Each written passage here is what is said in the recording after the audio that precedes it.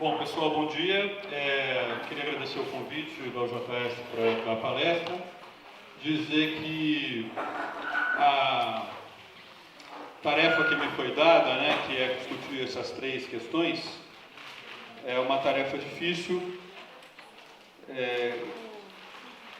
em especial no tempo que a gente tem, O tempo é curto para discutir temas que são muito complexos, E eu vou tentar aqui fazer o melhor possível, dizendo já para vocês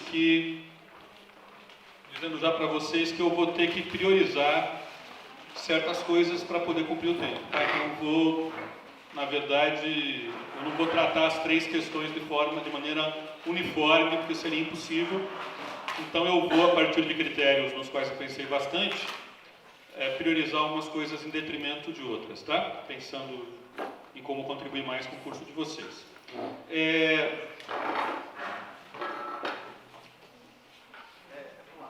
Pro lado, né? Tá indo, né? Foi. Primeira coisa que eu queria dizer para vocês é o seguinte: essa aula, esse PowerPoint aqui, ele vai ficar disponível para vocês, tudo bem? Então vocês não precisam ficar tensos em copiar o que está lá. Concentrem-se no que eu estou falando, porque senão a atenção de vocês fica dividida entre anotar o que está no PowerPoint e o que eu estou dizendo. Então vocês vão receber depois.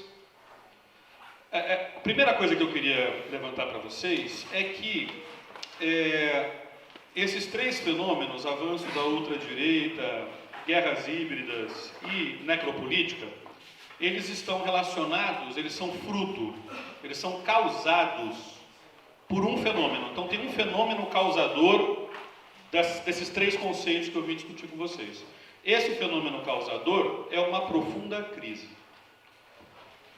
Falar de crise, crise do capitalismo, na verdade é uma coisa que caiu um pouco no lugar comum, sabe? Aquela história um pouco do Pedro e o Lobo. O cara fala, tá aqui pegando fogo, acho que é Pedro e o Lobo essa história, não sei. Aquela história de que o cara fala que tá pegando fogo, e não tá. Não é? A gente fala, pessoal, de crise do capitalismo ininterruptamente em todos os cursos, reuniões dos comunistas pelo mundo todo, desde 1848.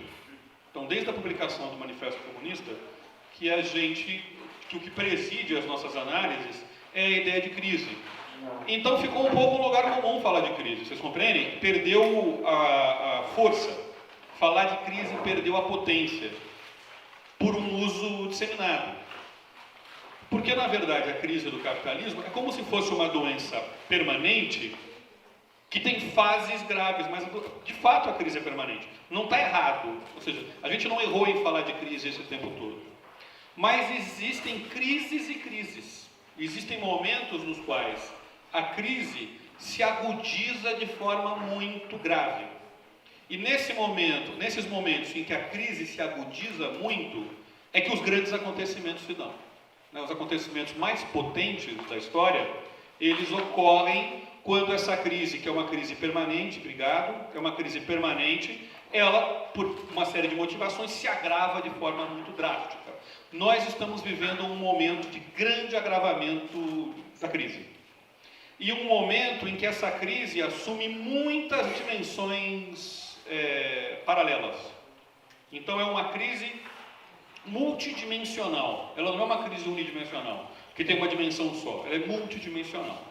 E, pessoal, para tentar provar para vocês que essa crise é diferente, ou que nós estamos vivendo um momento diferente dessa velha crise, é só vocês perceberem a quantidade de lugares diferentes em que se fala em crise hoje em dia, Eu fiz uma listinha aqui, inocente, Fala-se de crise da literatura, até de morte da literatura, crise das artes, crise dos paradigmas pedagógicos, crise da verdade. Alguém deve ter falado para vocês disso aqui. Crise da modernidade, ou até fim da modernidade, ou até pós-modernidade, que é um conceito muito maltratado, muito tratado de forma muito superficial. Crise das pandemias, crise ecológica, crise econômica, crise do trabalho, crise do direito, crise da Constituição. Ninguém mais entra numa livraria, qualquer livraria que seja, pode ser essa livraria vagabunda de aeroporto, sem se deparar com 50 livros diferentes falando em crise da democracia. Democracia em crise da democracia, morte da democracia, a democracia está acabando. Democracia em vertigem, fim da democracia, saída da democracia, fim da política. Essa ideia de que a crise é uma crise muito grave e generalizada, portanto, ela penetrou todos os campos do conhecimento. E mesmo os nossos adversários falam em crise. Né? Porque boa parte dessas crises que eu listei aqui, elas não são crises caracterizadas pelos marxistas, elas são crises caracterizadas por gente dessas áreas específicas aqui que eu listei. Um outro lugar que a gente percebe com muita facilidade o fato de que a crise é muito grande é nas artes. Né? Nas artes, não que as artes estejam em crise, então também, mas do ponto de vista do que é retratado pelas artes. Né? Então vocês podem pensar só no audiovisual. Quem tem falado isso é o Zizek. Né? A quantidade de filmes, e séries, e videogames, né? Vocês sabem que os videogames são hoje mais importantes para a indústria cultural, né, do que os filmes e séries e tal, né? Os videogames hoje não é lucro, né? Mas a quantidade de filmes, séries, videogames e tal, jogos de videogame, que tratam de apocalipse, zumbi, né? O grande personagem do entretenimento do nosso tempo são os zumbis, né? Então, narrativas que são distópicas, apocalípticas, né, tomaram conta simplesmente de todo o cenário. Né? Eu não me divirto, não tenho nada contra, então, mas eu não gosto desse negócio de super-herói, eu acho uma coisa chata. Mas tem gente que gosta, né? Por exemplo, o Silvio Almeida, que é um cara que é meu parceiro principal de pesquisa, de estudo, adora esses negócios de super-herói. E ele fica me contando os negócios, os super-heróis estão morrendo, né, nos negócios, então, impressão, os super-heróis estão morrendo, um a um, então a morte... Então, é uma situação de crise que se reflete... Está todo mundo percebendo a tal da crise pela sua gravidade. Não foi sempre assim, né? Alguns de vocês são muito novinhos, então talvez já tenham ficado espertos ou espertas, né, já nesse mundo desse jeito. Eu quero dizer a vocês que essas coisas são novas, elas não eram assim há um tempo atrás, né? É um reflexo dessa profunda crise que nós estamos vivendo, né? E são essas crises que provocam ascenso da ultradireita, necropolítica e as tais das guerras híbridas, tá? Sobre as quais eu vou falar um pouco mais rapidamente do que o resto. Então são essas crises. E eu queria comentar um pouco essas crises, porque é um problema de lógica formal, né? Para se compreender a consequência, né, é preciso buscar a causa, né?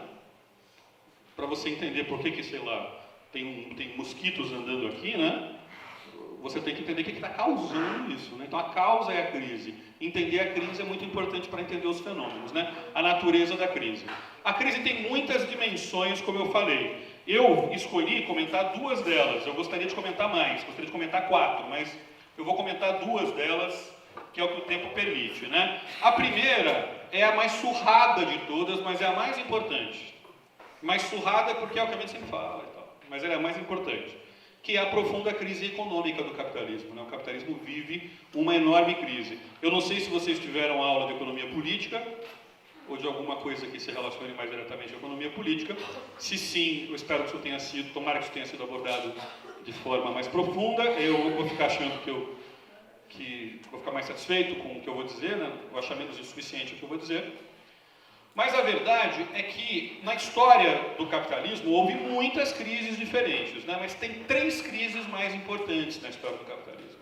A crise de 1873, que é uma crise que infelizmente a gente estuda muito pouco, infelizmente porque ela é uma crise parecida com a crise atual, ela é em muitos aspectos mais parecida com a crise atual do que a crise de 29, em uma série de aspectos. A crise de 29 e essa crise de 2008, que é a crise na qual a gente está, né? A crise de 1873 e a crise de 1929, elas foram crises que foram controladas, elas foram gravíssimas, provocaram mudanças no mundo espetaculares, né? Espetaculares de ruins, mas espetaculares no sentido de muito grandes e tal. Mas elas foram debeladas, elas foram controladas, né? O caso mais famoso de todos é o caso dos Estados Unidos, né? Foi o epicentro da crise de 29 e com o governo do Roosevelt, tem um grande debate de porquê exatamente, mas com o governo do Roosevelt, medidas que o governo tomou, a crise foi debelada de forma impressionante, né? Os Estados Unidos se transformou na principal potência do mundo. Quantos anos depois? 15, 16 anos depois, os Estados Unidos já estavam dando as cartas no mundo, depois de ter levado aquele tombo absolutamente espetacular em 29. Em 1873, idem, as medidas tomadas para resolver a crise resolveram a crise depois de muito sangue derramado, tudo bem? De muitos sangue, suor e lágrimas. O que há de novo, pessoal, é que os velhos remédios para combater a crise, que haviam funcionado nas grandes crises, nas médias crises e nas pequenas crises, não funcionam dessa vez. Então havia um número importante de medidas, que eram medidas que já tinham sido comprovadas empiricamente, ou seja, a experiência tinha comprovado que essas medidas eram capazes de tirar o capitalismo da crise, e essas medidas foram tomadas, ou seja, foi esgotada a caixa de ferramentas de medidas contra a crise a partir de 2008, e depois de eles terem tentado absolutamente tudo, a crise não terminou. Isso, bom, o que eles usaram, né? Eles usaram, logo no início da crise, eles usaram um mecanismo duplo, né?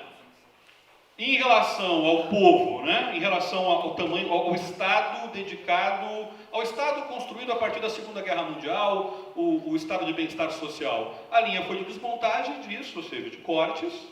Então, austeridade para o povo, mas ao mesmo tempo, pessoal, eles tomaram medidas impressionantes. Não são nem keynesianas as medidas, são medidas de estatização em massa.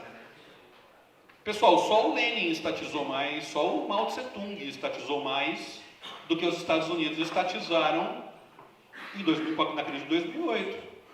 Eles foram enfiando dinheiro. Hoje, pessoal, a GM, a General Motors, é praticamente um estatal que produz automóveis, né? Então eles tomaram medidas bastante violentamente heterodoxas para poder conter a crise. Estancaram a sangria absurda, né? Conseguiram ali estancar a sangria. E depois eles foram tomando medidas, inclusive, contracíclicas, tipicamente keynesianas, na Europa. Se vocês forem olhar, pessoal, boa parte dos programas de desenvolvimentistas, como por exemplo é o programa do PCdoB, boa parte dessas medidas foram tomadas na Europa. O que a gente defendia durante o governo Lula? Baixar os juros? O pessoal fez. Investimento público? O pessoal fez. Permitir que o Estado se endivide? Ave Maria, pessoal. Os Estados europeus estão endividados até o último... Que é a política keynesiana, não é? Para forçar o desenvolvimento, o Estado pode se endividar. Né? Agora tem a teoria da MMT, que considera, inclusive, que nenhum Estado quebra se estiver endividado na sua própria moeda, né? Então, bora se endividar. Pessoal, essas medidas tomadas pelo capitalismo central, medidas do programa desenvolvimentista, elas resultaram... Bom, o FMI, né? O FMI propôs durante uns 2 anos seguidos a adoção de medidas da nossa pauta, o contrário do que a FMI fez a vida toda. Desesperados com a crise, com a impossibilidade, com o não funcionamento dos velhos mecanismos de superação da crise. Qual foi a resultante, pessoal? A resultante continua sendo caótica, né? Existe o que aquele Martin Wolf, que é um cara muito interessante, é um cara lá de lá, um liberal, é o mesmo cara que escreveu aquela biografia do Trump que está sendo vendida em todo lugar, né? Ele é o editorialista-chefe do Financial Times, não sei se ele ainda é, mas era um tempo atrás.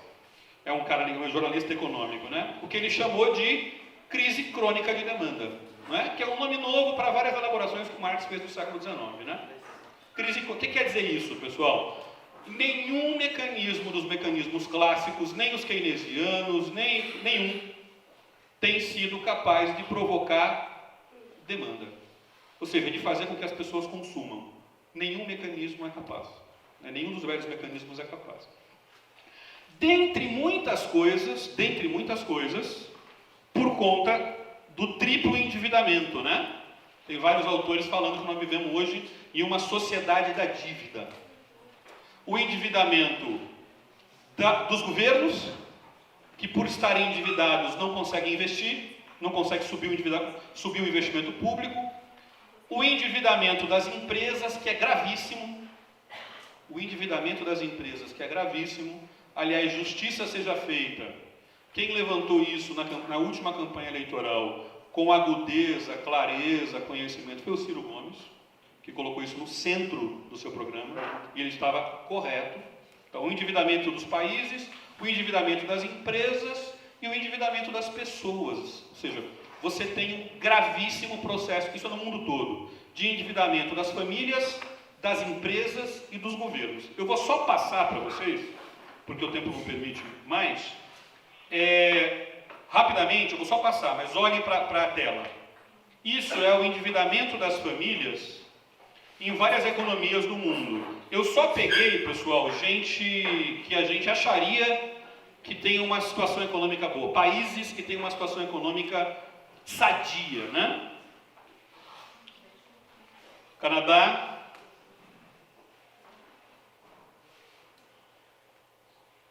Noruega, Coreia do Sul. Olhem, pessoal, não só o ponto de chegada, mas a dinâmica, tá? O mais importante é a dinâmica. Vocês veem que o dado é velho, né? Mas quero que vocês notem a dinâmica, tá?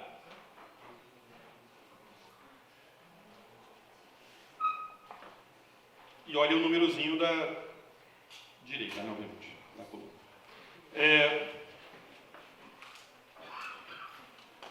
E vocês veem que a situação dos Estados Unidos nem é mais grave, né? O pessoal fala do triplo déficit dos Estados Unidos, é grave pelo tamanho da economia norte-americana, mas é menos grave em número, é muito grave, mas é menos grave em número do que desses países que são socialmente mais desenvolvidos, que eu coloquei antes aqui. E também é menos grave porque eles emitem o dólar, né? Eles têm a maquininha de fazer dólar.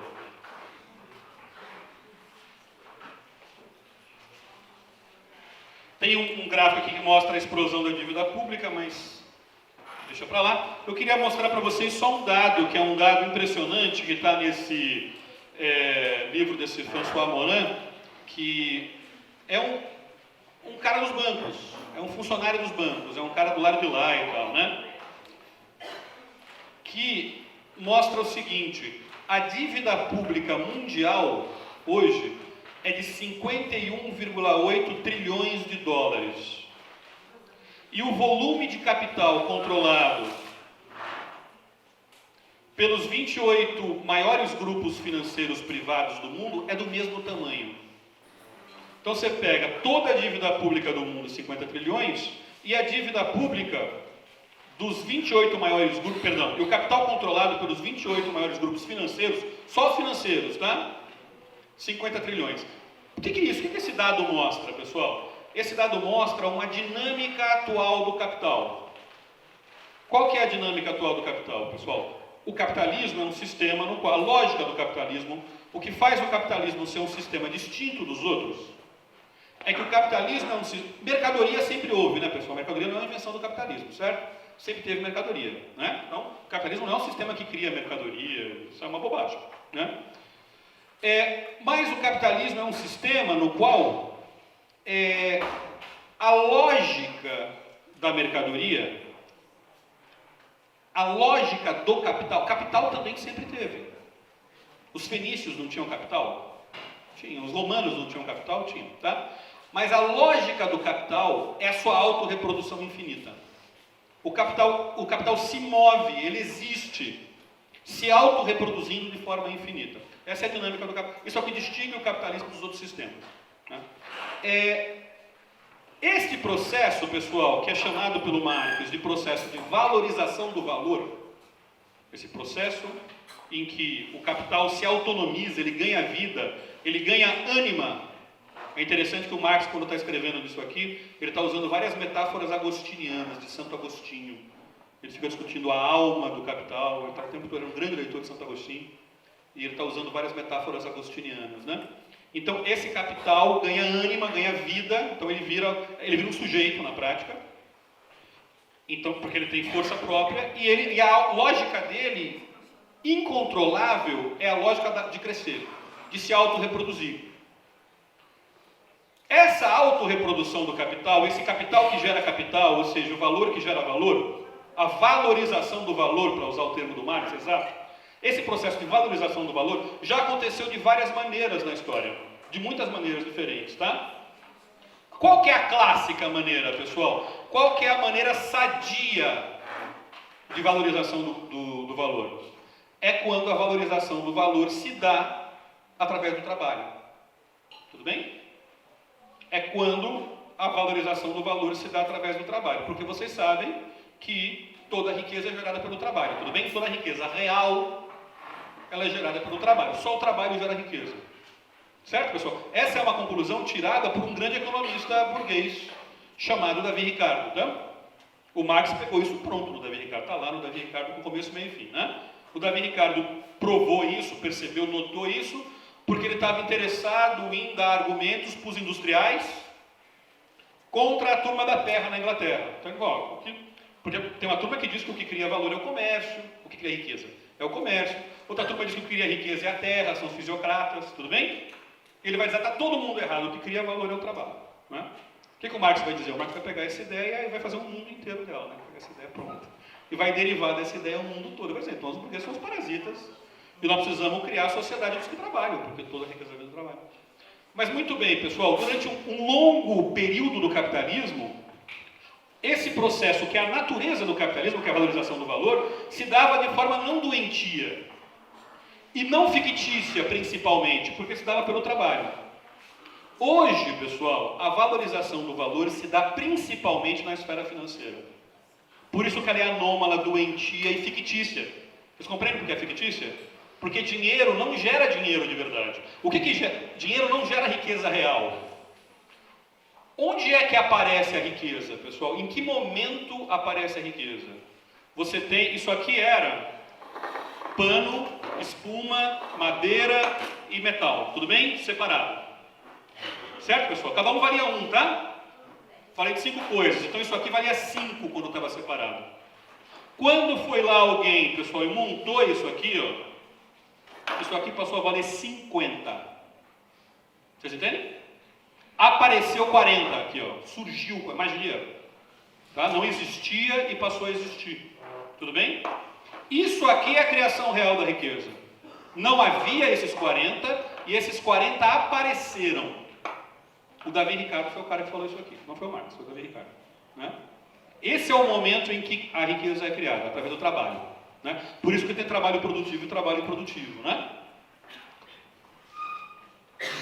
Hoje, pessoal, a porcentagem da valorização do valor, o reconhecimento social de que aquilo não vale mais 10, vale 50, porque tem que ter um reconhecimento social, não tem, pessoal? Só que a riqueza não vale, né? Eu tenho que acreditar que aquele papel... Eu tenho que acreditar, pessoal, que o Magazine Luiza vale 5 vezes mais que a Petrobras. Vocês sabem que isso é uma ficção, não é? Sim ou não, pessoal? Uma plataforma da Petrobras vale mais do que tudo que o Magazine Luiza tem. Certo ou errado, pessoal? Materialmente, no mundo material. Mas a economia acredita, não é? Porque as ações do Magazine Luiza, sei lá, tiveram uma valorização absolutamente inacreditável, totalmente fictícia. Não é? E a Petrobras, uma ação da Petrobras custa, sei lá, R$28. Tudo bem? É claro que isso tem a ver com uma série de fatores, né? O número de ações que é colocado à venda. Eu estou simplificando um pouco, não tudo, mas um pouco, tá? Estou simplificando um pouco. Mas vocês notam que a riqueza, a parte ficcional da riqueza que sempre existiu, ela virou o centro, virou o principal. Uma série de coisas que eu vou falar para vocês agora, pessoal, tem a ver com isso, tá? Tem a ver com esse fator concreto, que está no campo da economia política. A valorização do valor, o núcleo, a parte mais importante da valorização do valor se dá fora da esfera do trabalho. Essa é uma realidade doentia. É um sistema doente. Vejam, pessoal, uma implicação concreta, né? Se a maior parte da valorização do valor se dá fora da esfera do trabalho, vocês compreendem que as pessoas não são remuneradas nesse modelo? Sim ou não, pessoal? Elas não são remuneradas. Porque eu só tenho uma massa grande de trabalhadores e uma massa grande de trabalhadores fazendo um trabalho produtivo, com grande divisão social do trabalho, se o ciclo do capital, ele acontecer passando pela produção. Vocês compreendem isso? Então, essa é uma das raízes, né, muito importantes, geradoras de todas as crises, né? O problema da desigualdade, pessoal. O que é a desigualdade fundamental, pessoal? Né? Então, o Piketty é um pensador muito curioso, muito interessante e tal. Mas a explicação, o Piketty é bom de identificar o fenômeno, o resultado. Mas ele é ruim de identificar as causas, pessoal.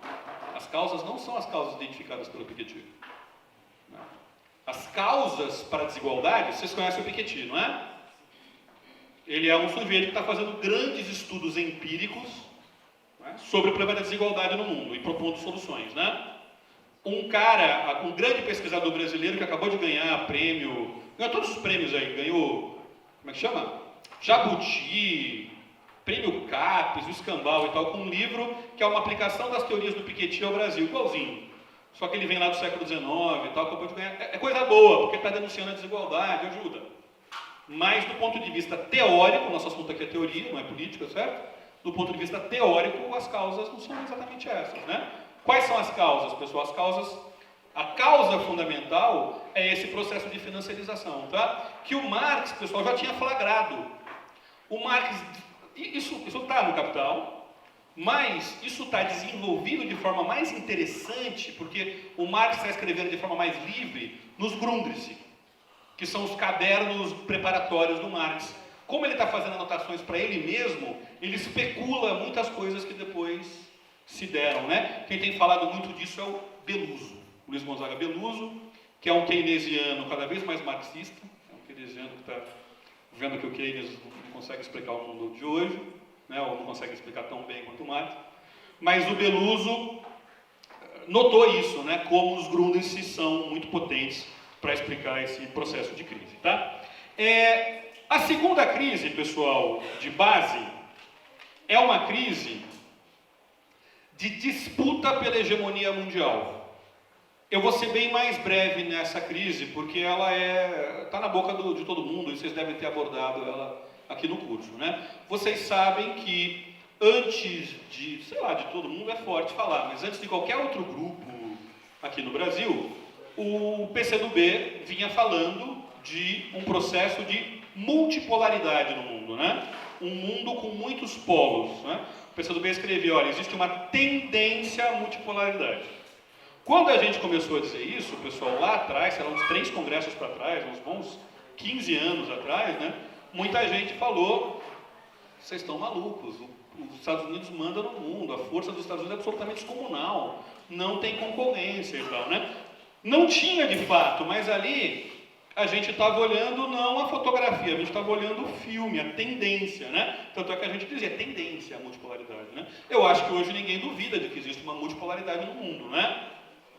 Certo, pessoal? Tem um núcleo de um polo, que é a China, e tem um outro núcleo de um polo, que são os Estados Unidos, certo?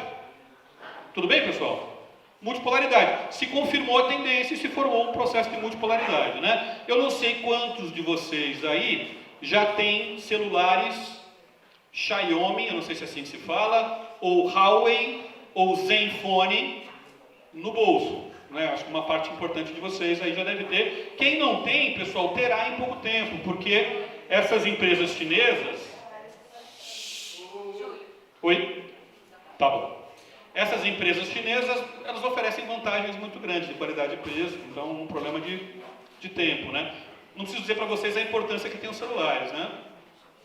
Os celulares, pessoal, são o mais importante aparelho do ponto de vista da vida. A humanidade inventou na história, pessoal, uma série de, como é que chama isso? De próteses, né? Se vocês pensarem, pessoal, uma ferramenta é uma prótese, não é do corpo. Ela é uma ferramenta, é um material que você cria para aumentar a potência do seu corpo. Tudo bem? Quem aqui é da antropologia, talvez já tenha visto um debate desse tipo, né? O pessoal nunca, mesmo numa situação muito difícil, elas abriram um caminho concreto e foram atrás desse caminho para superar a crise. Tudo bem? Vou dar um exemplo para vocês, pessoal. Revolução Francesa e Revolução Russa. Duas grandes crises, não são? Sim ou não, pessoal? Quais foram as medidas das potências? Invadirem a França e invadirem a Rússia. Certo? Então eles ficaram diante de uma grande crise, porque eles sabiam que essas revoluções se espalhariam como se espalharam, eles tinham razão, de que elas iriam se espalhar, que estavam certos, fizeram uma boa caracterização da situação e tomaram uma medida unificada, que foi fazer o quê? Invadir a França na Revolução Francesa e invadir a União Soviética na Revolução Russa. Nos dois casos foram derrotados, né? As grandes potências foram derrotadas tanto na invasão da Revolução que fizeram a França, quanto na guerra civil que eles provocaram, né? Quando da Revolução Russa. Então, em muitos casos de crise, as classes dominantes conseguem dar uma resposta rápida e unificada, ok? Agora, pessoal, a situação é uma situação de aporia, de susto. Susto diante da crise econômica para a qual os remédios não funcionam, susto diante da ascensão da China, que aparentemente é incontrolável. A China, pessoal, está preparando um movimento no xadrez, que é um movimento muito pesado, que é um movimento de começar a atrair a Europa, de tirar a Europa da esfera norte-americana. E a Europa prefere ficar... A Europa é um continente morto, né, pessoal? Um continente que já teve seu tempo. Então ela vai ser vassala de alguém. A Europa prefere, porque é o mundo que a Europa criou. A Europa considera um grande autoelogio ser vassala do mundo que ela criou, ser vassala das Américas, que são uma criação da Europa. A partir de violências inomináveis, mas uma criação da Europa, né? Então, mas às vezes você não consegue escolher, não é? Quando a situação é muito ruim, você não consegue escolher. E os Estados Unidos, pessoal, não tem mais nada a oferecer à Europa. Eles ofereceram para a Europa uma coisa que não é brincadeira, né, pessoal? O Plano Marshall. Alguém está assistindo ou assistiu aquela série no Netflix, Segunda Guerra Mundial em cores? Assistam, pessoal, essa série. Assistam. Pessoal, pensem, ó, aquela destruição toda terminou em 45, tudo bem? Tudo absolutamente arrasado. Pessoal, na década de 60 a Europa estava recuperada já. Como, pessoal? Os Estados Unidos foram lá e, em troca de dominarem a Europa politicamente, a OTAN é a expressão mais acabada disso, não é? Eles reconstruíram a Europa. Os Estados Unidos, pessoal, não tem mais condição de resolver esse problema econômico da Europa. Não tem mais meios materiais de resolver. Quem tem, pessoal? A China tem. O que a China está oferecendo para a Europa, pessoal? O mundo todo, né? Aquele negócio da Bíblia, né? Que você leva no alto da montanha e fala, tudo isso será seu. Né? E, pessoal, o diabo tenta a Europa, porque a Europa vive uma crise muito grande. Vocês compreendem? Pessoal, só a tal da nova rota da seda, só isso, pessoal, é um novo plano Marshall na prática. Tá? Então, como é que a elite reage diante disso? Entendem a aporia, pessoal? A aporia é não saber o que fazer, é ficar paralisado diante da crise. É uma paralisação. Aporia. E no meio dessa aporia, de não saber exatamente o que fazer, de ficar paralisado em relação a fenômenos que não se conseguem controlar, se desenham, pessoal, começam a se definir duas linhas na elite internacional. Uma linha é: vamos insistir nos velhos remédios, calma, tenham paciência, vamos beber de canudinho, vamos manter a velha democracia liberal. Pessoal, existem setores muito importantes das classes dominantes que não topam aderir ao fascismo. Isso já aconteceu na década de 30, pessoal. O que é o Churchill? Pessoal, a Inglaterra, quando teve a Segunda Guerra Mundial, quem tiver assistido a série está com isso na cabeça, a Inglaterra bambeou. Tinha um grupo na Inglaterra que defendia paz com a Alemanha e tinha um grupo nazista na Inglaterra importante. Porque a Inglaterra, pessoal, vocês discutiram aqui formação do povo brasileiro, né? A Inglaterra tem um discurso sobre si, que é o discurso de que eles são germanos. Eles fazem parte desse mundo racial do norte da Europa, dos povos bebedores de cerveja. não do mundo da Europa dos povos bebedores de vinho. Então, pegou na Inglaterra. No entanto, pessoal, a parcela, vamos segurar o liberalismo aqui, mesmo com toda a crise da década de 30, foi a parcela que prevaleceu. E essa parcela que prevaleceu, pessoal, fez uma aliança com a União Soviética contra os fascistas. Vejam, pessoal, eu sei que o Quartinho esculhambou os liberais aqui, tudo bem? Com toda a razão. Ele tem razão em 100% do que ele disse, tá? Mas pessoal, o modo, preste atenção nisso, é muito importante, o modo preferencial de valorização do valor, ou seja, de realização do capital, é o das democracias liberais. O melhor modo, pessoal, vocês sabem por quê? Porque para o capitalismo, a liberdade formal que o Quartinho discutiu aqui, ela não é formal no sentido de não vale nada. Vocês entendem, pessoal? Porque às vezes tem esse problema. As pessoas acham que liberdade formal é liberdade vazia, liberdade formal, ou é liberdade irreal. Pessoal, a gente tem que separar o momento da análise do momento da denúncia. São dois momentos, vocês entendem? O momento da teoria é um. Discutir a teoria, você vai fazer denúncia depois. Mas não pode misturar os dois. Você não pode fazer comício na teoria. Não pode. Por quê? Presta atenção nisso, pessoal. Uma coisa, eu sei que vocês estão cansados e tal, mas é uma coisa teórica, chata, mas é importante para entender muitas coisas. Olha só. O capitalismo é o regime do trabalho, pessoal. É. E é o regime da liberdade do trabalho. De verdade. Em que sentido? Presta atenção, pessoal. O capitalismo é o primeiro sistema no qual o trabalhador é proprietário do seu trabalho. O escravo é proprietário do seu trabalho, pessoal? Sim ou não? O servo é proprietário do seu trabalho? Não. O capitalismo cria a situação na qual o trabalhador é proprietário do seu trabalho e é muito importante que ele não seja proprietário de mais nada. Certo? Porque não sendo proprietário de mais nada, é a definição de proletário do Manifesto Comunista, não precisa ir longe, né? Quem que é o proletário? É aquele que, não tendo meios de produção, é obrigado a vender sua força de trabalho para sobreviver. Vocês compreendem, pessoal? Para o capitalismo está destruindo o mundo feudal. Ele precisa liquidar as relações de trabalho do mundo feudal. Ou, se vocês quiserem, as relações de produção do mundo feudal. Então, é da natureza,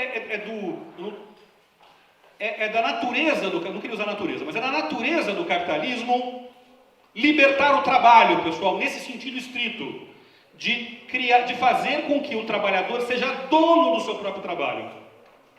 Isso é uma liberdade, pessoal, é a liberdade de vender a sua força de trabalho no mercado, liberdade que não havia. E tem uma outra liberdade, pessoal, sem a qual a mercadoria não se generaliza, sem a qual o valor não gera valor. Sabe que liberdade é essa, pessoal? É a liberdade de contratar, de fazer contrato. Todo mundo tem um celular no bolso aí, né? Todo mundo fez um contrato com a TIM, com a Vivo, com a Claro, né? Os da Vivo estão funcionando, os da Claro não, não é?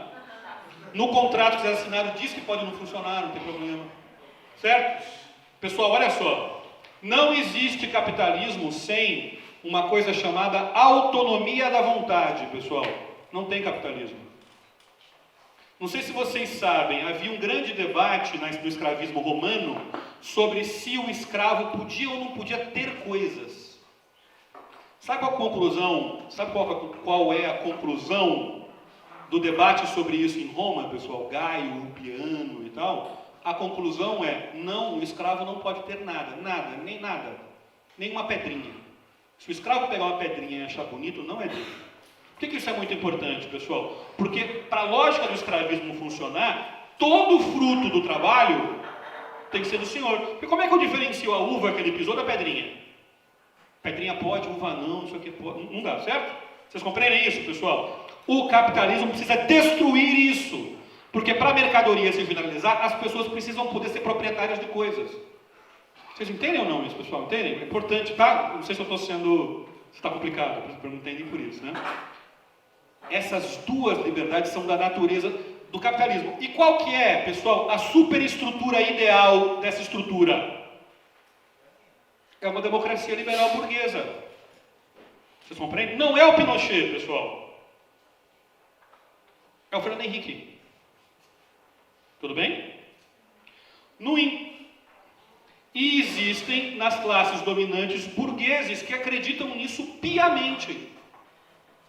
E que estão dispostos a lutar por isso. Por quê, pessoal? Porque eles são boas pessoas. Não é por isso, pessoal. Boa pessoa não é uma categoria teórica, certo? Não é uma categoria teórica. O Marx, pessoal, como Weber acredita, ou Weber como Marx, acreditam que a sociedade moderna é a sociedade da luta dos interesses, não é? Ouviram falar em interesse da classe operária, interesses de classe? A classe operária é revolucionária porque a realização dos seus interesses, não é porque ela é boazinha, a realização dos seus interesses de classe liberta todos, inclusive o burguês. Certo? Mas é interesse, certo? Então tem bondade e maldade, o cara era mal, o outro era... esse aqui era mais mal que o outro. Isso não cabe no pensamento como o nosso.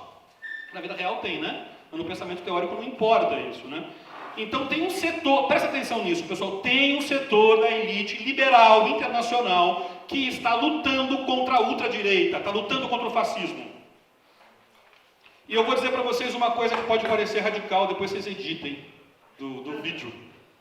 Mas, pessoal, quem tem feito na Europa, e é na Europa, que se luta o núcleo dessa batalha, mais uma vez na história, pessoal, não é a América Latina. A América Latina é tão linda, Mercedes Sosa, não é. Quer dizer, é linda. Ontem eu postei a música da Mercedes Sosa, ontem eu postei no meu Instagram umas 20 músicas da Argentina com bandeirinha, eu estava emocionado com a posse. Então eu me emociono com essa super bonita. Tá? Mas o palco da batalha é a Europa. É o palco da batalha. Quais são os dois exércitos da batalha, pessoal? É a elite dividida. O proletariado não nucleia a batalha contra o fascismo na Europa, pessoal. É isso, né? A frase do Spinoza, não rir e nem chorar, compreender, tudo bem? Friamente, pessoal. Existem alguns países da Europa, felizmente são países importantes, em que a social-democracia, que já tinha se transformado numa força liberal, deu passos à esquerda e voltou a ser uma força social-democrata. Vou dar um exemplo para vocês muito importante, a Inglaterra. Certo? Não é assim o Corbyn, pessoal? O Corbyn era o cara da esquerda do Partido Trabalhista, sempre teve. Ele tomou o Partido Trabalhista e ele simplesmente botou para fora a direita do partido do Blair. Aquela turma do Blair foi botar para fora do partido. Eles nem são mais do partido, saíram. Né? Então, na Inglaterra existe, mas pessoal, é o Partido Trabalhista inglês, não é a esquerda. Então a elite internacional se dividiu. Pessoal, aconteceu na década de 30 e está acontecendo agora. A crise provocou uma divisão na burguesia internacional. Um setor, qual que é a linha do primeiro setor? Calma, não percam a calma. Vamos manter o regime liberal democrático parlamentar e vamos vendo o que dá, vamos administrando assim. E um outro setor, pessoal, decidiu fechar o tempo. Tem um setor que decidiu fechar o tempo. Pessoal, a ultradireita europeia existe há muito tempo. Eles entraram na toca depois da revolta do nazismo, ficaram uns 20 anos na toca e saíram na década de 70. Na década de 70 eles saíram da toca. Pequenininhos, década de 80 e 90 eles cresceram, pessoal, na Europa. Mas, pessoal, era um grupo meio lumpen. Era um grupo meio amalucado. Que pegava lá 8% dos votos, 7% dos votos e tal. Mas era um grupo meio lumpen. Entendem lumpen, pessoal? A margem da sociedade. Não era uma fração de classe representativa. No entanto, pessoal, com essas crises que eu descrevi rapidamente para vocês, o que aconteceu? Um pedaço da burguesia desesperada, o pessoal que está mais assustado com as crises, olhou e falou um abraço para o liberalismo burguês democrático burguês, e aderiu ao fascismo, pessoal. Porque não dá mais para olhar, pessoal, para o que tem na Itália, para o Salvini, e achar que o Salvini é um lumpen. O Salvini representa um setor grosso, grande, importante, representativo da burguesia italiana. Toda a burguesia italiana, pessoal, Um pedaço da burguesia italiana não. Um pedaço da burguesia italiana luta contra o Salvini e eles são os mais eficientes na luta hoje, pessoal. Eles que estão armando as barricadas mais importantes contra o fascismo. Tudo bem? É assim na Hungria. Eu vou chegar nisso. É assim na Hungria, é assim na Holanda, é assim na Finlândia. Tudo bem? É assim que está acontecendo hoje, pessoal. Seria desejável que mudasse? Seria desejável que mudasse. Por quê, pessoal? Porque a burguesia não tem condição de oferecer um combate coerente até o final contra o fascismo. Nós temos condição de oferecer um combate sozinhos contra o... Pessoal, vamos estudar a história do fascismo, pessoal. O Dimitrov dizia, o fascismo é a ditadura terrorista do capital financeiro. Ditadura terrorista. O que quer dizer terrorista, pessoal? Terrorista quer dizer que a tática dos caras não é colocar o partido na ilegalidade, pessoal. É matar toda a direção do partido. Vocês entendem? Os partidos comunistas. É botar no campo de concentração. É a liquidação física do movimento social. É a liquidação física da esquerda. Física mesmo. Essa liquidação física pode se dar através da prisão. Ontem, um tribunal da França condenou o Mélenchon, que é o líder lá do França Insubmissa, a 3 meses de cadeia. É um cara que quase foi para o segundo turno na França. Um cara que terminou o último comício em Marsella, eu achei esquerdista. Falei, exagerou. Terminou o último comício em Marsella, que é a cidade mais revolucionária da França, tradicionalmente, no sul da França, cantando a Marselhesa e a Internacional, o último comício do cara. Tá? França Insubmissa. Por isso que a gente tem que olhar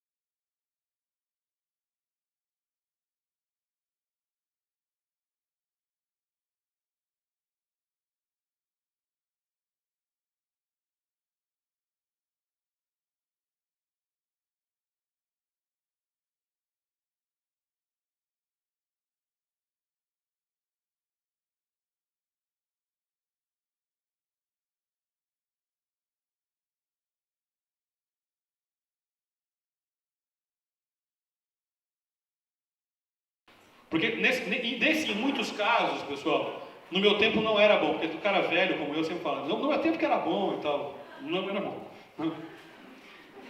Olha só, pessoal, a gente discutia política ou fazia política, um embate político, e depois comunicava aquilo. Tudo bem, pessoal? É o modelo da Revolução Francesa. O Robespierre reúne no clube dos jacobinos, eles fazem lá uma polêmica, e o Marat imprime lá no jornal chamado O Amigo do Povo, aquilo que foi discutido. Vocês compreendem isso, pessoal? Troca o Marat e o Robespierre pelo João Amazonas e o Jornal de Arruda, tá? Mesma coisa. Ou eu, o Adson, pessoal da minha época, tudo bem? Não estou querendo comparar o Robespierre, pelo amor de Deus. Tá? Pessoal, esse modelo morreu. Hoje, pessoal, a política acontece nas redes, vocês compreendem? Não são dois momentos. Não tem a cidade e o jornal. Tem um lugar só. O lugar é o meio. Vocês compreendem isso, pessoal? A luta é na rede. Você não tem a luta e a comunicação. E aí tem uma luta de ideias. Não é assim, pessoal. É em tempo real. Os mandatos... Isso é muito ruim para vários aspectos, mas não tem jeito. É o mundo como ele é. A gente não luta no mundo como a gente gostaria que ele fosse. A gente luta no mundo real.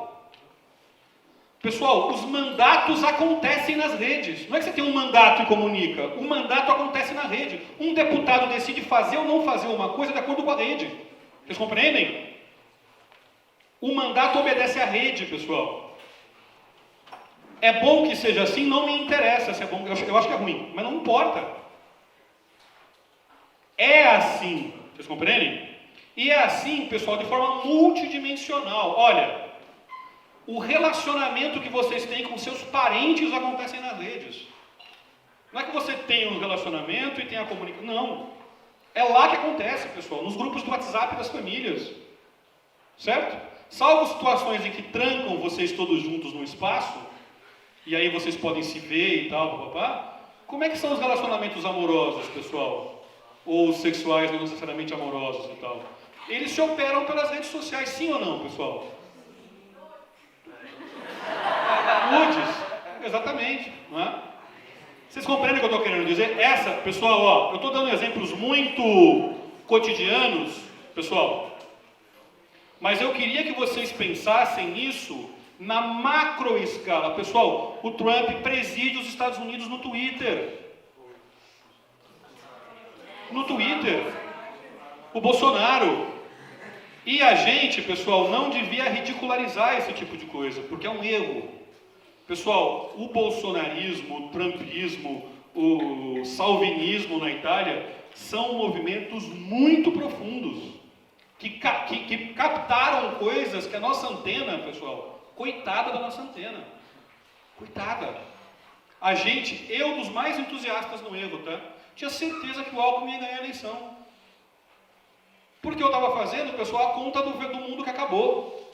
Qual que é a conta do mundo que acabou? Tempo de televisão. Pessoal, tempo de televisão. Pessoal. Eu fiz a conta, 10 partidos, somei o tempo de televisão, as frações da burguesia, falei, acabou, foi esse lumpen aí, pão tomando café da manhã com a cafeteira, pão com queijo, com leite condensado. Falei, morreu, está morto, cansa de falar. Vocês viram, né? Essa é a novidade, pessoal, vocês compreendem? Eu acho que a novidade fundamental é a revolução comunicacional. Essa é a novidade. E apesar de ela ter o nome comunicacional, ela não é um assunto da comunicação. Vocês compreendem? Pessoal, a comunicação engoliu tudo. Vocês compreendem? Antes tinha a política e a comunicação. Sempre foi tudo comunicação, mas é tudo comunicação de um jeito, de uma quantidade que nunca tinha sido antes. Necropolítica, para terminar rapidamente, pessoal,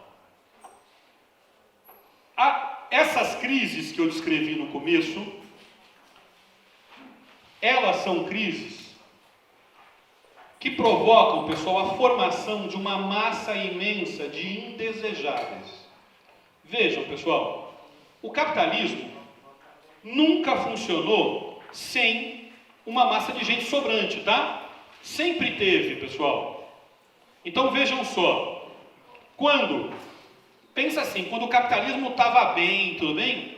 E ninguém nas elites colocava em dúvida a democracia burguesa, tudo bem? Situação boa. Você já tem um espaço, pessoal, que é o espaço do descarte, da anomia, da violência absoluta, que é o espaço colonial. Sim ou não, pessoal? No auge você tem, nos melhores momentos, né? Pessoal, quando é que a democracia burguesa foi montada? Falei para vocês da Revolução Francesa, não falei? Pessoal, a montagem da democracia burguesa é o período no qual a escravidão atinge seu auge. Século XIX, tudo bem? É o que o Achille Mbembe chama, diz que os Estados Unidos foi sempre uma democracia de escravos. O que ele quer dizer, pessoal? Que não é uma democracia? Não é uma democracia, mas é uma democracia com escravos. Vocês compreendem? Então, sempre teve os descartáveis, os que estão fora, mas estão dentro ao mesmo tempo. Porque a colônia está fora, pessoal, está fora mais ou menos, ela não está fora. Ela está dentro porque a colônia, né? Para eu afirmar uma identidade, pessoal, tem que ter uma alteridade, não tem? Eu só afirmo a identidade de alguma coisa, pessoal, se eu tiver alguma coisa que não é aquela coisa. Por exemplo, pessoal, se eu tivesse uma lousa aqui, eu desenharia um círculo, né? Aquilo só se define como um círculo, pessoal, pelo espaço que está fora do círculo, vocês compreendem? Então, qualquer tipo de definição, quando eu digo que uma coisa é, na verdade eu estou definindo o que não é aquilo. Então, a Europa, para se afirmar como Europa, ela precisou de um negativo da Europa, e esse negativo foram as colônias. Tudo bem no auge, tá? 1. 2. O capitalismo, pessoal, prestem atenção, ele não tinha como se montar igualando esses vendedores de mão de obra. O capitalismo deu a todos os trabalhadores, não escravos, mas o capitalismo deu a todos os trabalhadores a condição de proprietários do seu trabalho, tá? Todos. No entanto, pessoal, o capitalismo não tem condição de tratar todos esses proprietários com igualdade. Não tem condições, não é morais, é materiais mesmo. Tudo bem? Nós estamos no campo da matéria aqui, pessoal, não tem. É por isso que as fábricas começaram com mulheres e crianças. Não foi por maldade. Tata criança lá para trabalhar. Tudo é um romance do Dickens, tá? Que as fábricas, o dono de fábrica é mau, não é assim. Não tinha condições materiais, porque é um período de acumulação primitiva de capital em que você não consegue fazer isso. E o capitalismo nunca conseguiu. Então o capitalismo sempre precisou, pessoal, estratificar essa massa que trabalha. Vocês compreendem isso? Sempre precisou. Tem pelo menos uma dupla estratificação da qual Marx trata no Capital, né? Que é quem trabalha e o exército industrial de reserva, né? Então você tem uma parte das pessoas que trabalha e uma parte das pessoas que não trabalham, que são fundamentais. Por quê, pessoal? Elas forçam o preço da mão de obra para baixo. Por causa das leis da oferta e da procura, não é? Certo, pessoal? Se todo mundo trabalhar, o que acontece com o preço da mão de obra, pessoal? Vai lá para cima, não é? Vocês lembram no governo Dilma, pessoal, um pequeno soprozinho de desenvolvimentismo ali e tal, desenvolvimento, e o que a gente teve ali, pessoal? Não tinha engenheiro para trabalhar no Brasil. O que aconteceu com o preço da mão de obra dos engenheiros, pessoal? O salário, foi lá para cima, né? E agora, quanto é que ganha o engenheiro, pessoal? Não, está desempregado, os engenheiros, não é? Então, são leis, é motorista de Uber, são leis da oferta e da procura, não é? Que se aplicam, já existia naquela época e o exército industrial de reserva é muito importante, tá? É por isso, pessoal, que desempregado não é excluído. Esse termo é um termo inexato do ponto de vista teórico, tá? Repito, pessoal, na agitação pode falar o que quiser, né? Tudo bem? Mas tem que separar a agitação da teoria, né? Teórica, eles estão incluídos, eles são fundamentais para o sistema. Mas o que está acontecendo agora, pessoal? Olha só. O que está acontecendo agora é que você tem uma massa que trabalha, você tem um exército industrial de reserva, que tem que ter a expectativa de trabalhar, é importante. Só que você tem uma massa enorme de pessoas que nem é exército de reserva. Vocês compreendem, pessoal? Em função da crise. Onde, pessoal? No Ocidente, no Oriente não. O Oriente está vivendo outra dinâmica, né? Tudo bem? No Ocidente. Então é grave. O que agrava mais essa situação, pessoal? O que leva essa situação ao paroxismo? O êxodo. O planeta hoje vive um êxodo, pessoal. O que é um êxodo? É uma saída, é um deslocamento demográfico enorme. É o primeiro êxodo da história da humanidade? Não, pessoal. A humanidade viveu outros grandes êxodos. Aliás, grandes êxodos sempre transformaram a história da humanidade, tá? Sempre que teve um enorme êxodo, a história da humanidade virou. Tem um êxodo lá, né, pessoal, que é o êxodo dos bárbaros sobre o Império Romano, né, pessoal? Os bárbaros invadem o Império Romano, é um êxodo demográfico, tá? Um deslocamento demográfico. A gente chama de invasão, mas é muito mais uma ocupação, né, a entrada dos bárbaros no Império Romano. Mas é um grande êxodo. Outro grande êxodo, pessoal, é o êxodo forçado, o mais horrível de todos os êxodos, o êxodo forçado de pessoas da África para as Américas para serem escravizadas, certo? Não é um êxodo, pessoal? 12 milhões de pessoas que são retiradas da África para trabalhar nas Américas, tudo bem? Terceiro grande êxodo. Todos esses êxodos mudaram a história da humanidade. Terceiro grande êxodo, pessoal. Uma massa enorme de famintos da Europa que se deslocam em direção às Américas, né? Pelo biotipo aqui, eu sei que vários de nós são filhos desses pobres, eu inclusive, esses indesejáveis na Europa, que se deslocaram para as Américas para poder trabalhar. Tudo bem? É um outro êxodo, pessoal. São milhões de pessoas que vieram. Qual que é... Esqueçam o romano. Qual que é a característica desses dois êxodos aqui, ó? África e europeus pobres para as Américas. Nesses dois êxodos, pessoal, nós vivíamos o tempo em que a valorização do valor passava pelo trabalho. Nos dois. Tá? Em especial no segundo êxodo. O que isso quer dizer, pessoal? Que apesar de toda a violência, essas forças vitais, porque essa é força vital, não é, pessoal? É gente para trabalhar, é força vital. Essas forças vitais eram absorvidas. Tudo bem? Sim ou não, pessoal? Elas eram absorvidas. Agora, pessoal, o êxodo que acontece da África e do Oriente Médio em direção à Europa é um êxodo no qual a valorização do valor não passa mais pelo trabalho, tá? Essa ideia não é minha, pessoal, eu acho ele bem, tá? É o conceito de êxodo dele. Esse êxodo de agora é um êxodo no qual a valorização do valor não acontece mais, principalmente no trabalho. Qual que é a consequência, pessoal? A consequência é o caos. Certo? A consequência é o caos. Diante do surgimento no território europeu, tá? Dessa terceira camada que nunca trabalhará. Certo, pessoal? E do êxodo, pessoal, êxodo que vai se decuplicar, talvez centuplicar com os fenômenos climáticos. Porque por mais que a gente queira, pessoal, alguns de nós queiram, né, achar que o homem não tem nada a ver com isso e tal, né? Ao contrário do que acha Cuba, ao contrário do que acha a China, ao contrário do que acha o Vietnã, pode, mas tudo bem? Pode acreditar? Ninguém tem condição de duvidar que a mudança climática existe, certo, pessoal? Tem que ser terraplanista demais para acreditar que não existe, tudo bem? Ainda que eu ache que ela não é, que eu possa achar que ela não é provocada pelo homem, tá? Então existem as mudanças climáticas. O que elas provocam, pessoal? Vão provocar uma inflação dos alimentos enorme, desertificação de regiões inteiras, ausência de água em regiões inteiras do planeta e aí por diante, né? Então esse êxodo que está acontecendo, né, de gente vindo em direção à Europa, ele vai se decuplicar, talvez se centuplicar, tudo bem? Tem dados sobre isso, estudos e tal. O que isso significa, pessoal? Estou terminando já, tá?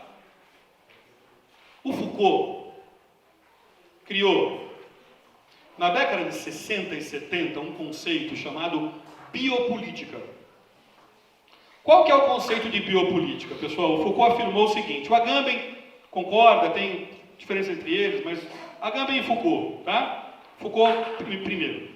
Na verdade, uma mulher que está muito longe dos comunistas, chamada Hannah Arendt, foi a primeira pessoa a quem ocorreu, de forma muito superficial, o insight que o Foucault desenvolveu. Qual foi o insight dela? Ela teve um clique.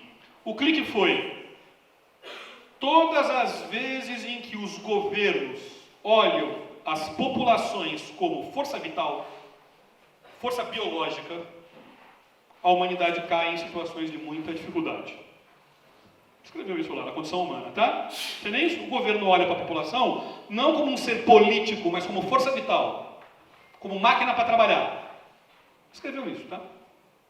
Muita gente palpita que foi daí que o Foucault teve o clique, tá? Dessa afirmação da Hannah Arendt.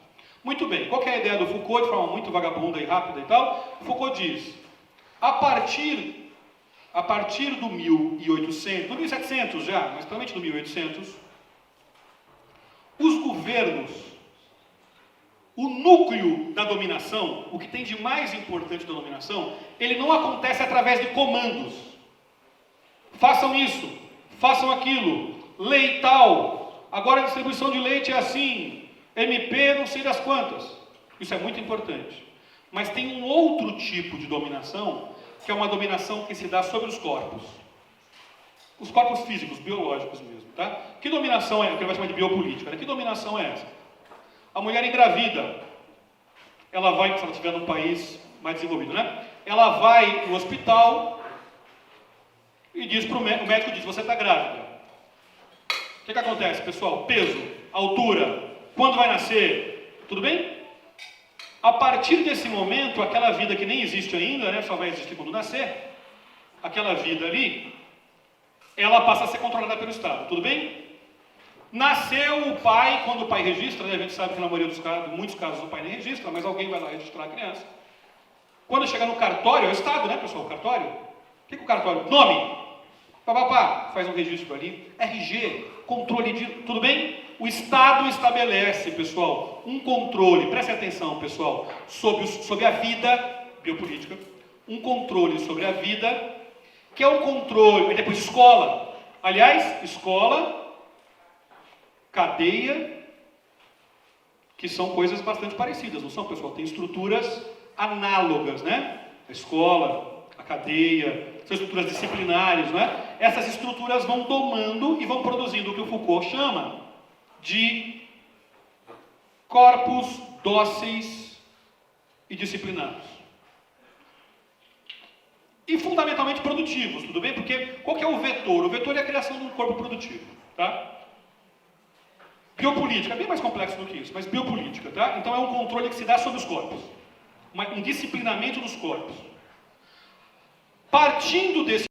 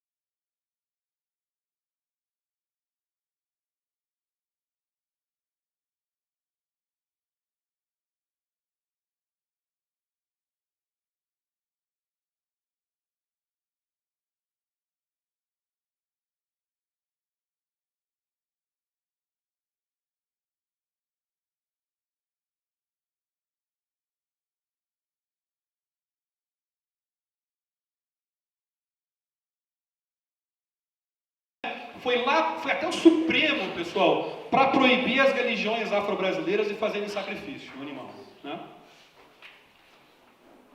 Né? Sei lá quantos acontecem, e mesmo assim o pessoal come, né? Em geral, você se alimenta daquilo e tal, né? Foi até o Supremo para proibir isso. Pessoal, o que é a sadia, a perdigão e a seara, né? Não é o Foucault que diz isso, obviamente, né, pessoal? O Júlio Veloso está dizendo. Mas pessoal, são fábricas cuja lógica é produzir vida em enorme quantidade, não é? E matar. Mas vocês percebem que é uma técnica cujo objetivo é produzir vida, 30 milhões de frangos, de porcos, não é? Vocês compreendem, pessoal? O Brasil tem mais boi que gente, 200 milhões de cabeças de gado, eu não estou entrando no mérito. Estou dando um exemplo para vocês perceberem que quando Foucault diz que o capitalismo produz vida, é nesse sentido, tudo bem? É uma vida biológica. O Agamben vai chamar de vida nua. O que é uma vida nua? É uma vida sem política. É uma vida só biológica, tá? Então o capitalismo é um sistema da vida, que vai ser voltado para a vida. E o Foucault diz, olha, Foucault ainda, tá? Para poder produzir a vida, o capitalismo precisa administrar a morte. Tem um número de pessoas que já morrem, não morre, pessoal? Está aqui, tem 20 morrendo, né, por aí, certo? De tiro, de bala, do coração, tudo bem? Então tem 20 que morrem. Só que nem sempre, pessoal, essa mortandade que acontece de forma natural é suficiente. Então o Foucault ainda, tá? O capitalismo tem tecnologias para administrar a morte. Veja, pessoal, sempre em grande quantidade, né, pessoal? Porque o capitalismo é o sistema das grandes escalas, não é por maldade. O capitalismo é impessoal. Impessoalidade, né? Então eu não vou matar o Joãozinho porque ele é mau, o Pedrinho, porque eu tenho que matar de forma numericamente representativa para poder fazer, para poder render. Então, Foucault ainda, tá? O capitalismo é um sistema que cria a vida e administra as vidas, formando corpos dóceis e preparados para o trabalho, e ao mesmo tempo, ele também, mas secundariamente, mas também, ele organiza a morte. Qual que é, pessoal, historicamente, o mecanismo mais eficiente do capitalismo para organizar a morte? Segundo Foucault, o racismo. Por quê, pessoal? Porque o racismo oferece um critério massivo para organizar a morte. Vocês compreendem? No capitalismo, eu não posso ter que conhecer a pessoa para matar. Porque senão eu vou matar 5. 5 não rende. Eu preciso descartar em massa. Mesmo que, para o Foucault, o fundamental seja a vida, tudo bem? Mas o descarte é importante. E ele, nós estamos no mundo da modernidade, é impessoal. Que tipo de critério objetivo eu posso ter, pessoal? O Foucault vai dizer que o racismo é um critério objetivo. A gente sabe muito bem, quem vive no Brasil sabe muito bem disso, não sabe, pessoal?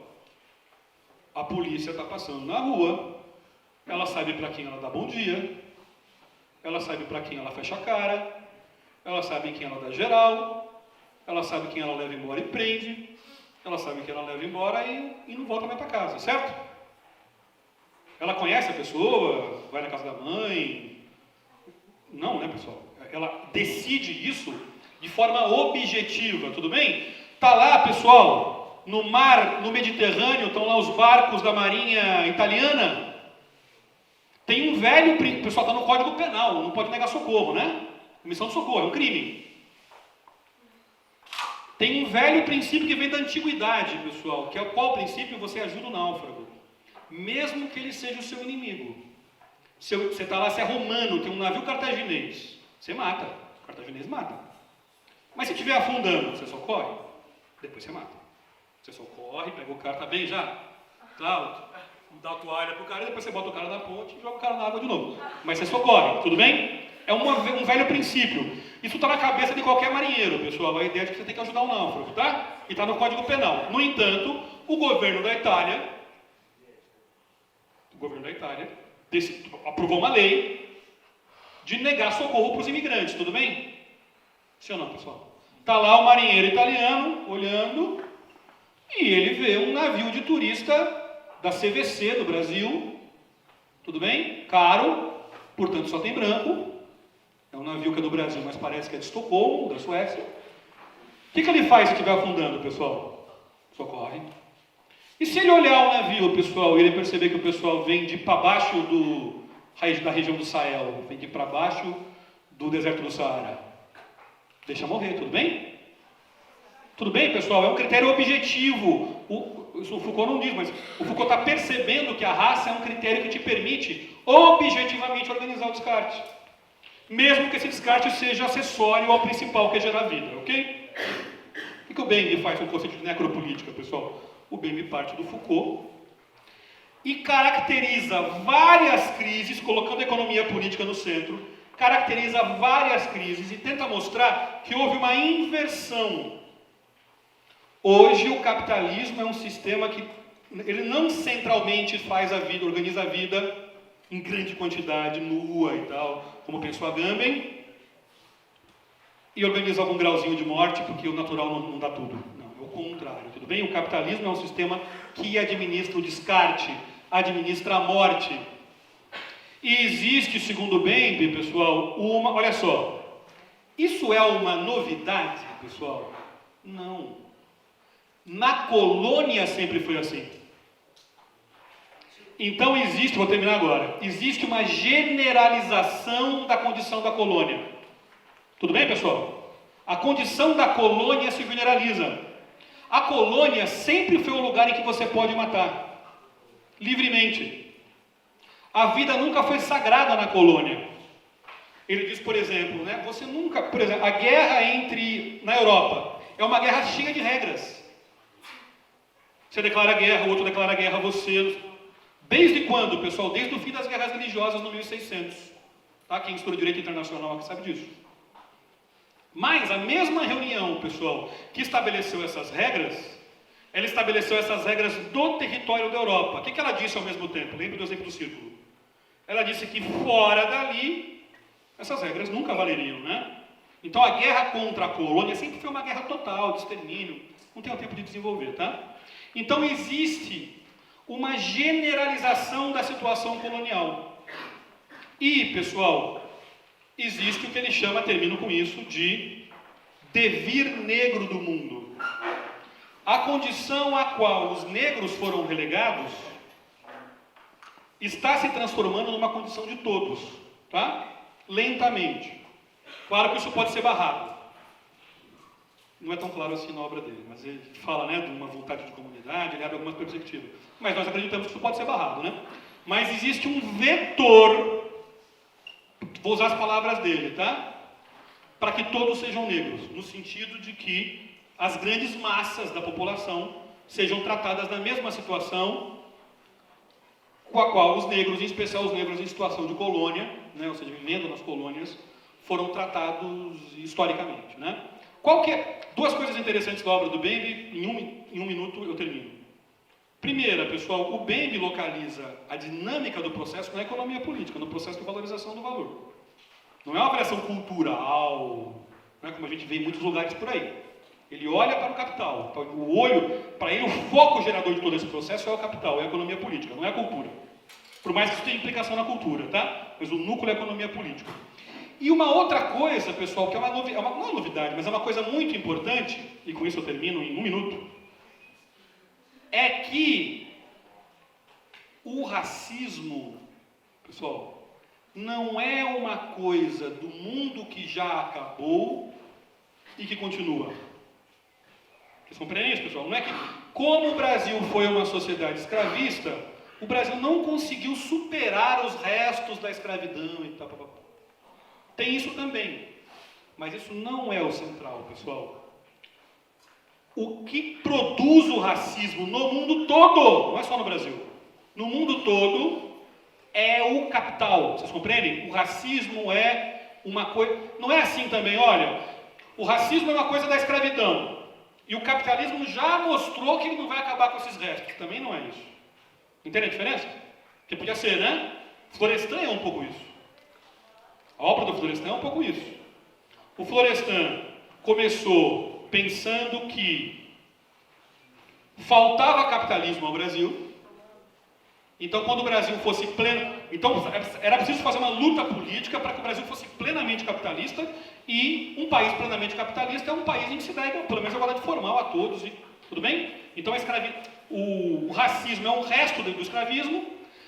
Depois tem um Florestan da segunda fase marxista. Eu digo que o Florestan é tremendamente influente, né? Em muitos aspectos de forma justa. E existe um segundo Florestan que considera: o capitalismo não vai resolver esses restos da escravidão. Vocês entendem isso?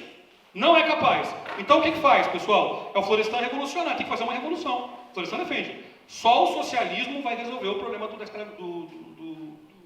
racismo. O que o Bembe está dizendo, pessoal, é uma terceira coisa. O que ele está dizendo é o seguinte: a máquina de produzir racismo não quebrou, ela não acabou. Vocês entendem? Não é que a máquina quebrou lá atrás e ficaram os racismos aí, tem que se acabar. Não. Ela continua produzindo racismo infinitamente. Por quê, pessoal? Porque o racismo é óleo na máquina do sistema. Porque é ele que organiza a necropolítica e o descarte. Daqui a pouco, crescentemente para o bem, você teve razão, o racismo vai até deixar de ser isso. Por quê, pessoal? Porque se tudo der errado, a condição do negro se generalizará.